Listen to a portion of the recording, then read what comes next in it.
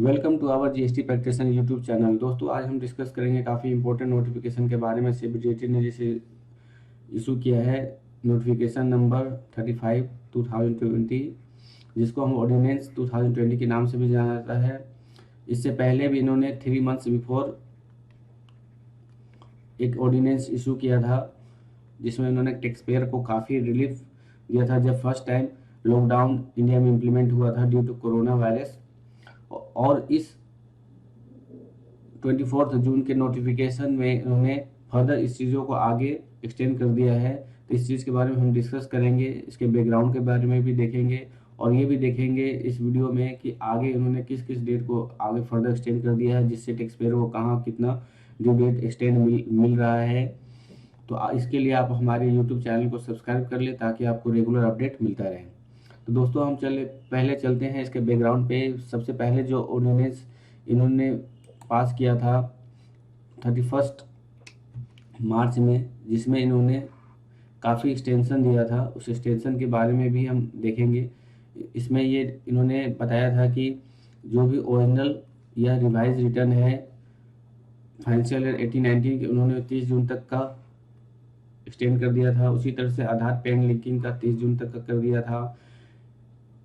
Tax investment है, deduction से related जो भी है, उसका भी इन्होंने 30 जून तक के लिए लेकर आए थे। और उन्होंने फर्दर आईटीआर में भी इन्होंने इम्प्लीमेंट करा दिया था।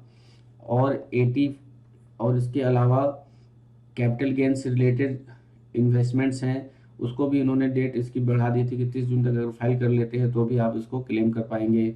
सेल्स यूनिट से भी रिलेटेड उन्होंने 30 जून तक का उन्होंने फर्दर रिलीफ दे दिया था। उसके बाद में इशुएंस ऑफ नोटिस और order by the authority under various direct tax और benami law has been also extended to 30 June तक कर दिया था उन्होंने। उसके अलावा उन्होंने 30 जून ये भी कहा था कि अगर आप टीडीएस का पेमेंट कर देते हैं तो उस केसेस में भी आपको रिड्यूस इंटरेस्ट रेट 9% का ही आपको इंटरेस्ट रेट देना पड़ेगा, चाहे वो एडवांस टैक्स हो, टीसीएस हो।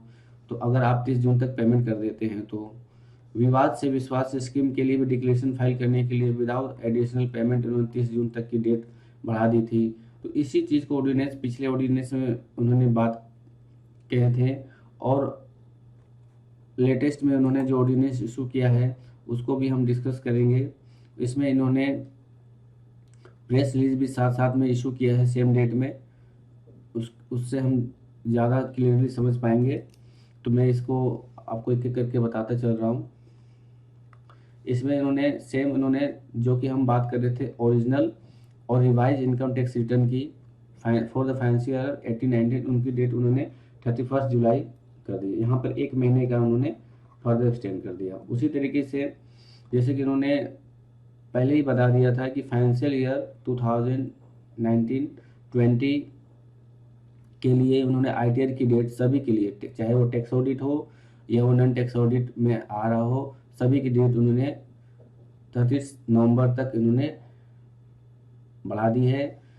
उसके बाद ये भी उन्होंने बताया है कि जिसकी ड्यू डेट 31 जुलाई आती थी, ये आता है नॉन ऑडिट के लिए, नॉन टैक्स ऑडिट, और ये वाली आती थी टैक्स ऑडिट की ड्यू डेट होती थी रिटर्न की, उसका उन्होंने 30 नवंबर तक उन्होंने बढ़ा दिया है।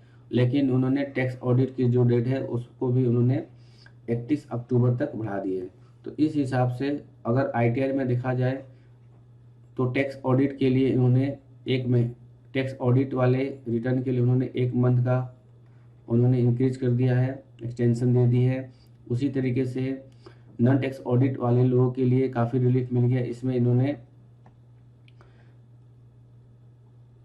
4 महीने का एक्सटेंशन दे दिया और टैक्स ऑडिट में उन्होंने 1 महीने का एक्सटेंशन दे दिया। तो ये भी काफ़ी बिग रिलीफ है। इसके अलावा उन्होंने ये भी क्लेरिफाई किया है, ड्यू डेट तो आपकी बढ़ गई 30 सितंबर तक। अब लेकिन अगर आप टैक्स पेमेंट की बात जब आती है, सेल्फ असेसमेंट टैक्स अगर आपका 1 लाख रुपए तक का है, तो अगर आप 30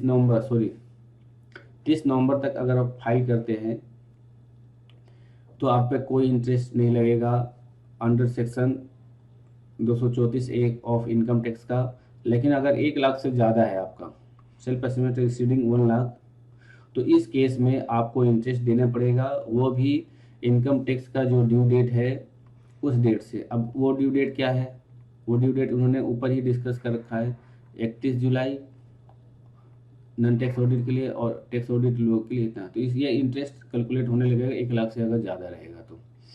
आगे इन्होंने, जैसा कि हमने पिछले ऑर्डिनेंस में डिस्कस किया था कि उन्होंने ATC, ATD, ATG से उन्होंने 30 जून तक कर रखा था, उसको 31 जुलाई तक कर दिया। यहाँ पे इन्होंने 1 महीने फर्दर एक्सटेंड कर दिया। अब इसके लिए उन्होंने ITR को भी फिर से मॉडिफाई करना पड़ेगा, जो ITR उन्होंने इशू किया था उसको भी मॉडिफाई करेंगे। और इसमें आप 1 महीने के अंदर में भी अगर जुलाई तक में भी कोई आप इन्वेस्टमेंट कर लेते हो तो उसका भी क्लेम कर पाएंगे फॉर द फाइनेंशियल ईयर 2019-20 के लिए। इसके अलावा कैपिटल गेन की जैसे बात की थी, कैपिटल गेन में कोई इन्वेस्टमेंट था, कंस्ट्रक्शन था, परचेज था, जिसका बेनिफिट और डिडक्शन आपको लेना था, उसको भी इन्होंने फर्दर 30 सितंबर तक के लिए एक्सटेंड कर दिया है, जो कि यहाँ पर 3 मंथ का एक्सटेंशन दे रहे हैं। यहाँ पर पहले 30 जून था तो अब 3 मंथ, इसको आप एलिजिबल रहेंगे क्लेम करने के लिए कैपिटल गेन के रिगार्डिंग। इसके अलावा इन्होंने सेल्स के लिए भी उन्होंने डिस्कस किया कि अगर आपका कोई कमेंसमेंट है, नई न्यू एस्टेब्लिशमेंट है सेल्स यूनिट में, तो उस पर भी आप क्लेम कर सकते हैं अंडर सेक्शन 10AA के बारे में बताता है। आप इसको 30 सितंबर तक लेके जा सकते हैं। यहाँ पर जो इसका approval which have receive necessary approval by the 31 मार्च 2020, अगर आपने अप्रूवल मिल गया है 31 मार्च तक, तो आप 30 सितंबर तक आप यहाँ पर अपना क्लेम कर सकते हैं डिडक्शन का। और इसमें भी इन्होंने 3 मंथ्स का एक्सटेंशन दे दिया है। इसके अलावा अब बात करते हैं TDS और TCS की रिगार्डिंग। जैसे हमें पता था कि 30 जून आने वाला है, 30 जून पे इन्होंने ड्यू डेट थी, तो उसको भी इन्होंने संज्ञान में लेते हुए काफ़ी रिलीफ दिया है। उन्होंने ये इसका फॉर द फाइनेंशियल ईयर 2019-20 के लिए उन्होंने एक्सटेंड कर दिया है 31 जुलाई 2020 के लिए। TDS और TCS की रिटर्न की ड्यू डेट हो जाएगी, और TDS और TCS सर्टिफिकेट जो भी है वो 15 अगस्त तक इशुएंस की ड्यू डेट कर दी गई है, जिससे आगे काफ़ी फर्दर 15 दिन का और 1.5 महीने का और डेट मिल गया है इनको इसमें। इसके अलावा इन्होंने ये भी कहा था कि कोई भी नोटिस ऑर्डर इशू करना है various compliances under the various direct of benami, जैसे कि हमने पहले डिस्कस किया था, उसकी भी डेट उन्होंने 31 दिसंबर 2020 तक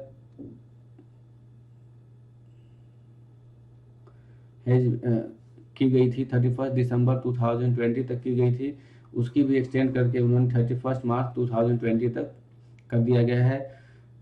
परिणाम स्वरूप उन्होंने आधार पेन लिंकिंग का भी डेट उन्होंने 31 मार्च 2021 तक उन्होंने एक्सटेंड कर दिया है। इसके अलावा इन्होंने ये भी क्लेरिफाई किया है इसमें कि जो भी रिड्यूस इंटरेस्ट रेट 9% लगते थे टैक्सेस में, जो कि ऑर्डिनेंस में उन्होंने बताया था, वो एप्लीकेबल नहीं होगा जब आपका पेमेंट 30 जून के बाद अगर आप करते हैं तो 30 जून के बाद आप जो भी TDS एडवांस टैक्स पेमेंट करते हैं तो उस पर आपका इंटरेस्ट रेट सेम रहेगा जो पहले रहता था। इसके अलावा इन्होंने ये बताया कि विवाद से विवाद स्कीम जो है उन्होंने पहले ही बता रखा था कि इसके date announce extension of date of taking without additional amount 31 दिसंबर 2020 तक के लिए उन्होंने बढ़ा दिया था उसका। उसके लिए उन्होंने send notification and extended the date of the completion or compliance of the action which are required to be completed under the scheme by the 30th December 2020 to 31st December 2020. Therefore, the date of furnishing of declaration, passing of order etc. under the scheme extended to 31st December 2020। तो इसकी भी date इन्होंने 31 दिसंबर 20 तक जैसा कि बताया है इन्होंने। इसके अलावा न्यू अप्रूवल रजिस्ट्रेशन और नोटिफिकेशन ऑफ सर्टेन एंटिटी जो कि इस सेक्शन में फॉल करते हैं, 35 ATG 12AA में उनको उन्होंने प्रेस रिलीज के द्वारा डेट एक्सटेंड कर दिया था, जिसे हमें पता है कि 1 जून 2020 को इम्प्लीमेंट होने वाला था, उसको उन्होंने 1 अक्टूबर 2020 तक लेके गए थे। और उसमें इन्होंने ये भी क्लेरिफाई किया है कि ऑल प्रोसीजर जो भी हैं, जो नया न्यू अप्रूवल का प्रोसीजर थे, जब तक नहीं आ जाता तब तक ओल्ड वाला ही इस पीरियड में कंटिन्यू रहेगा, 1 जून 2020 से लेकर 30 सितंबर 20 तक के लिए। और इसके लिए necessary legislative amendment move in the course of time पे लाया जाएगा। इसी तरीके से ये भी क्लियरिफाई कर दिया था इन्होंने कि एक प्रेस रिलीज इशू किया था TDS से TCS रेट रिड्यूस का, कि TDS और TCS का जो रेट है वो 25% उन्होंने रिड्यूस कर दिया था फ्रॉम 14 मई 2020 से लेकर 31 मार्च 2021 के लिए, जिसमें प्रेस रिलीज 13 मई 2020 को इशू किया गया था। इसके लिए भी वो अमेंडमेंट लेकर आएंगे। तो इस तरीके से ये काफ़ी रिलीफ दिया हुआ है टैक्स पेयर के लिए, और इससे काफ़ी बेनिफिट होगा, उनको काफ़ी टाइम मिलेगा इस करंट सिचुएशन को देखते हुए। तो आप हमारे YouTube चैनल को सब्सक्राइब कर ले। आपको हमारे चैनल से जुड़ने के लिए आपको धन्यवाद। Thank you.